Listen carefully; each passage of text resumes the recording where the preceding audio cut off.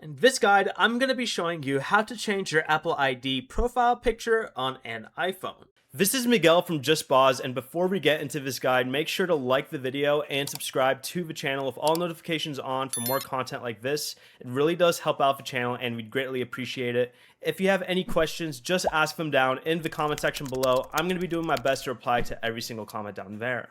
First, go ahead and open the Settings app.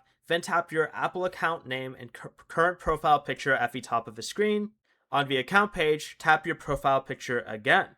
Select Avatar, then choose how you want your new picture to look.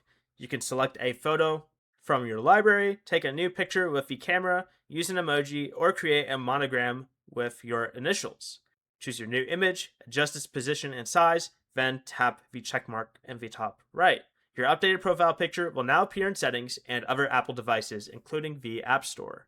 Before you leave, remember to like the video and subscribe to the channel with all notifications on for more content like this. It really does help out the channel and we'd greatly appreciate it. And if you did have any questions, just ask them down in the comment section below. I'm going to be doing my best to reply to every single comment down there. Peace.